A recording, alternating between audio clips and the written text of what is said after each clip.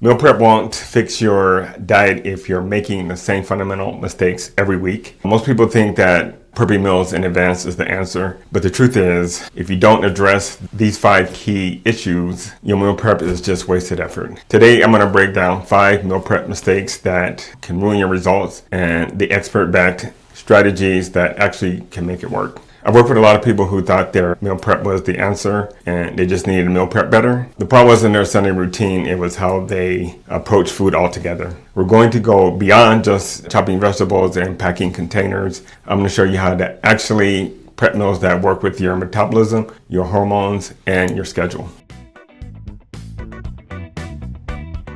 Hi guys, I'm Dr. Carter with Modern Body Clinic and we are weight loss experts. We've helped a ton of people lose weight and get healthier. The first mistake is that you meal prepping like a bodybuilder and you're bored by day 3, right? Most people think meal prepping is eating the same dry chicken, brown rice, and broccoli every day. This bodybuilder style meal prep can work if you have discipline like a competitive fitness person. But for most busy people, it's a recipe for failure. By day 3, you're bored, you're craving something different, and you're tempted to ditch your meals and just go for takeout. The real problem is that your meal prep is too rigid. This is what we call the same meal every day mistake. You prep 5 containers, the same meal, thinking that it will make it easier, and actually, decision-wise, it's making it easier. But even by day 2, you don't want to look at it anymore. And by day 3, you're just enough is enough already. And you start ordering takeout. How do we fix this? What are we going to do? Well, the answer is using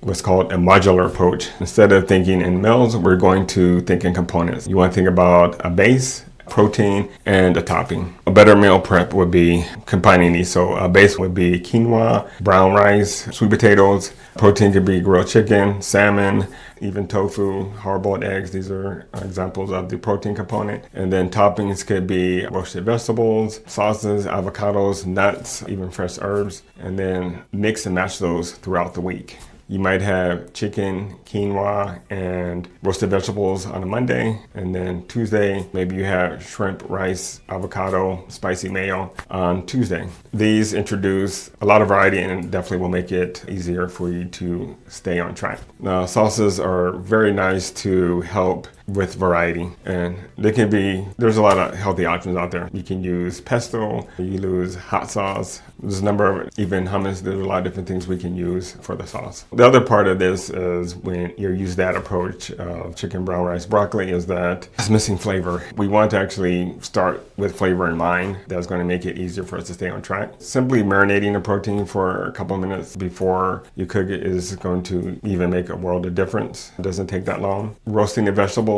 and adding some spices and maybe a little bit of olive oil is definitely going to add to the flavor as opposed to just having them steamed. And again, we can add, those sauces are really going to be helpful and with the flavor. So again, we can use hummus, salsa, pesto, tahini to really add flavor to what we're eating. Another trap people get caught in is that, it's much work. Who wants to spend 3.5 hours on Sunday meal prepping for the week? I don't. By the time you're done, you hate the process and you're exhausted. One thing we can do is just simplify the process and use build and batch approach. One is to just kind of batch the proteins together, the carbs, veggies, all. You can assemble these meals later in the week. For instance, let's say we wanted to make 2 different proteins. Maybe it's chicken and salmon. We can just lay those on a pan, cook them together at the same time, and now we have created 2 different proteins for the week. While that's cooking, we use a rice cooker for our brown rice, or maybe even throw roasted sweet potatoes into the oven as well. Those are going to just take longer. We just take the meat out before the sweet potatoes are done. What this is going to allow you to do is construct all of these different type of meals you can make in 5 minutes, but you still will maintain a variety. The second biggest mistake people make is ignoring their metabolism, and that's why you're always hungry. People think meal prep is just about the calories, but your metabolism doesn't really care about calories alone. It also cares about your hormones, it cares about your blood sugar, and it cares about being satisfied after eating. If you're prepping and still feeling hungry, sluggish, or even craving snacks, is because you're ignoring the way your body really processes food. Let me give you an example, what we call the low-calorie, high hunger trap. Now, what you've done, you've prepped and you portion the meals to be about 400 calories. And imagine you had lunch, you just had the 400 calorie meal, and it's 2 o'clock and you're starving and your energy crashes and now you start having cravings. And what do? You either grab a protein bar or some nuts or both. And basically what you've done is undo the portion control component and probably didn't even realize it. What we really want to do is focus on satiety, meaning feeling satisfied after eating, not just the calories. How do we do that? We're going to prioritize a few things. One, protein, fiber, and healthy fats, with the goal of really keeping us satiated or full for at least 4 hours. Instead of having that plain chicken breast with some brown rice and broccoli, low satiety, we want to create something that's high satiety. That would be, example, salmon, quinoa, and some roasted vegetables. Those are high in protein, fat, and fiber when we put that all together. If you're hungry 2 hours after one of your meals that you meal prep, then it's failing you. It turns out protein is very satiating, and in fact, it can reduce one of your appetite hormones called ghrelin. Ghrelin is responsible for making you hungry and want to eat more. Protein can lower that level. Another thing protein will do is increase what scientists call thermogenesis. For me and you, we just call metabolism. We can increase that. The second part of this is that we want to try to stabilize our blood sugar, meaning we don't want it going up and down because that can lead to fatigue as well as more cravings and hunger. Example of meal that may do this for you is overnight oats with fruit and honey. You can have energy for an hour after that, and then you crash and you get hungry all over again, and so you have a mid-morning snack. Instead of the oats, honey, and banana, this will work better is still have the oats. Let's add some chia seeds in there. Let's add some protein, either Greek yogurt or whey protein, and then add some cinnamon and then some almonds. Putting this in there is going to add to the fiber, it's going to add to the protein, and it is going to add to the fat. And so this is really going to help stabilize your blood sugar in the morning and have you feel satiated and avoid those snacks and cravings. Protein, yes, will help. It is going to help increase your metabolic rate anywhere from 15 to 30% compared to 5 to 10% for the other macronutrients like fats and carbs. Mistake number 3 is the all or nothing trap, and that's why I give up by Wednesday. Most people fail at meal prep because they set unrealistic expectations. You plan to eat perfectly, but life gets in the way and then the whole plan collapses. We already talked about having an overly strict meal plan like this: chicken, rice, and broccoli for 5 days straight. Not realistic. You get bored, and by day 3, you move on. We've already talked about is use a modular meal prep system to introduce a variety into your meal plans. Another part of this is this all or nothing attitude is people often will have the perfect week mindset, and so you've prepped for the ideal week where everything goes according to plan, and it's probably not going to go perfectly. For instance, you stay late at work, you are invited to a last minute dinner, or you just don't feel like eating whatever you prepped. The problem is that your plan only works if everything goes right, and one small change, you just kind of throw everything off and you just say, what the heck with it, and you just ditch the plan completely. What'll work better is if you build flexibility into the plan and have backup options. For busy days, something I found very helpful and people I work with have found helpful is having some high protein snacks around. That could be a protein bar, could be Greek yogurt, cottage cheese, boiled eggs, beef jerky. These all work great in a pinch. The other option is just having a flexible meal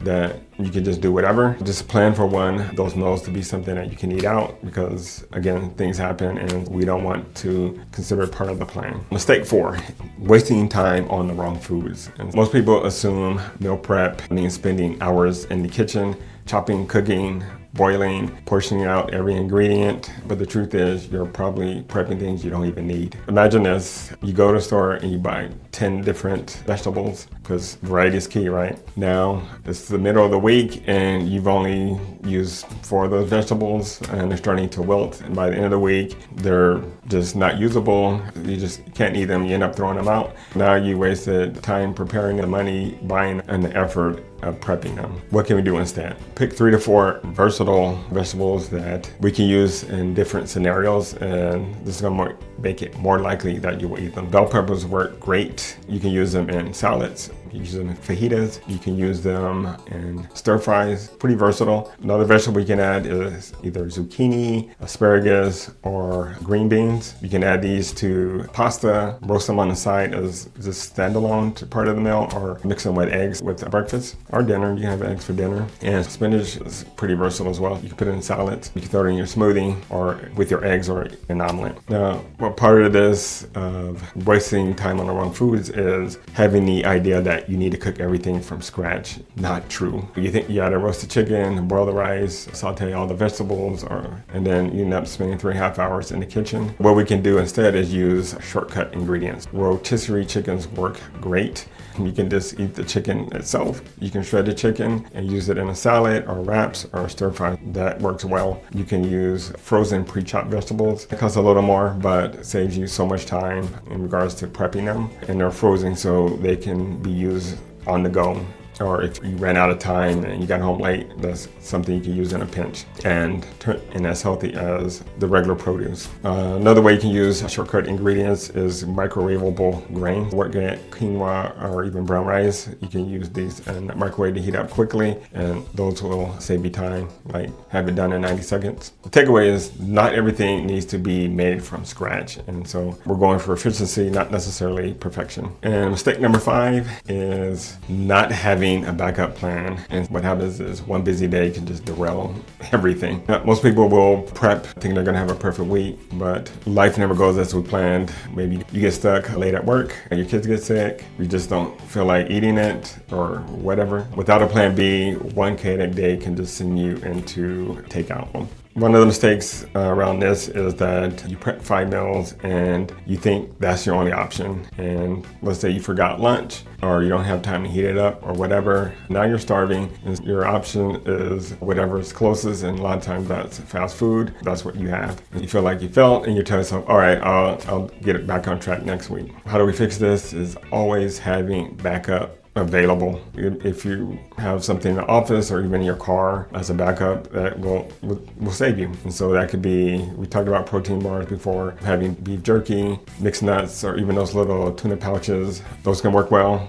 I'm in Arizona. I can't leave those in the car in the summer. Not a good look, but certainly in the office, those are good options. I like soups. We do have soups here in the office. And in fact, at home, just in case it gets busy, I can always fall back on that. Chili, canned chili, that works well if you get a healthy brand. And at home, we can do the same thing, but you have a little more advantage. And you can even just have a healthy frozen option at home. Again, and when you don't have time and you get home, you're just, I'm starving. What do I do? You always have something available. Let's say you don't even have that. You can even do what's called lazy meal, something that's going to take 5 minutes. One option would be scrambled eggs. Now, I'm not a big scrambled egg for dinner guy, but I've had it. You just scramble some eggs with vegetables, spinach and cheese, and then you're good to go. You hit all the check marks, and it took 5 minutes. We can use that rotisserie chicken and some salad. That's a really quick win. Or you can just have a smoothie. You can have a protein smoothie with whey, throw some fruit in there, some almond butter, and then we're checking all the boxes. If you tried meal prep before and struggled, try one of these tips this week and let me know how it worked out for you and which one made the biggest difference. The goal isn't to be perfect. The goal is to have a system that works for you and allows you to get back on track.